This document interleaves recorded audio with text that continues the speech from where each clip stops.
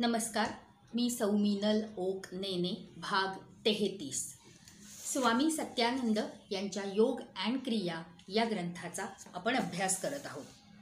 भाग 32 मध्ये आपण ओम जप ध्यान याची माहिती घेतली. त्याचा हा पुढचा भाग आहे. ओमचं चिन्ह ध्यानासाठी हवंच असंही नाही. जर तुमची इच्छा असेल तर तुम्ही फक्त ओमच्या ध्वनीकडे लक्ष देऊनही ध्यान करू शकता. यामुळे देखील पटकन ताण नाहीसा होतो.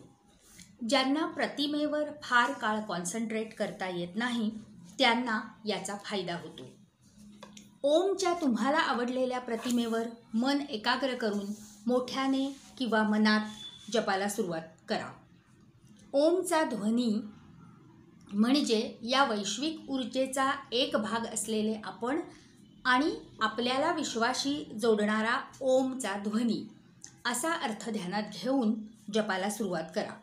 सुखासनात डोळे बंद करून तुम्हाला जसं जिथे कम्फर्टेबल असेल तिथे तुम्ही बसा.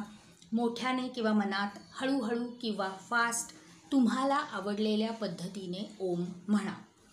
तुमच्या संपूर्ण शरीरातून ओमचा ध्वनी येत आहे असं इमॅजिन करा. ओम जप ध्यान तुमच्या उपलब्ध वेळेनुसार कितीही वेळ तुम्ही करू शकता. सुरुवातीला मोठ्याने जप करा.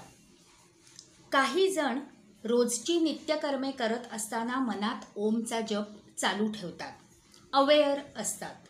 त्यांना ध्यानाचे उच्च पातळीवरचे अनुभव येऊ शकतात.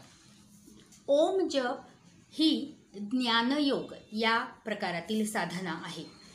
एकाग्रता आणि दृढनिश्चय असेल तर ओम जप ध्यानाचे फायदे मिळणारच. संपूर्ण शरीर आणि मनाला विश्रांती देणारी ही एक पॉवरफुल पद्धत आहे.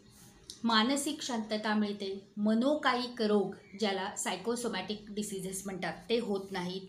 ताण तणाव क्रोध निराशा असेल तर ओमच्या प्रॅक्टिसने त्वरित फायदा होतो. आपण आता एकदा मोठ्याने ओम म्हणूया आणि एकदा मोठ्याने आणि सावकाश म्हणूया आणि एकदा भराभर आणि मनात. मोठ्याने ओम म्हणताना दीर्घ श्वास घ्या. पोटाने श्वासोच्छ्वास करा आणि श्वास सोडताना सावकाश ओमचा उच्चार करा. त्यातल्या मचा उच्चार दीर्घ येऊ दे आणि तो हमिंग साऊंड जो आहे तो संपूर्ण शरीरात पसरतोय अशी कल्पना करा.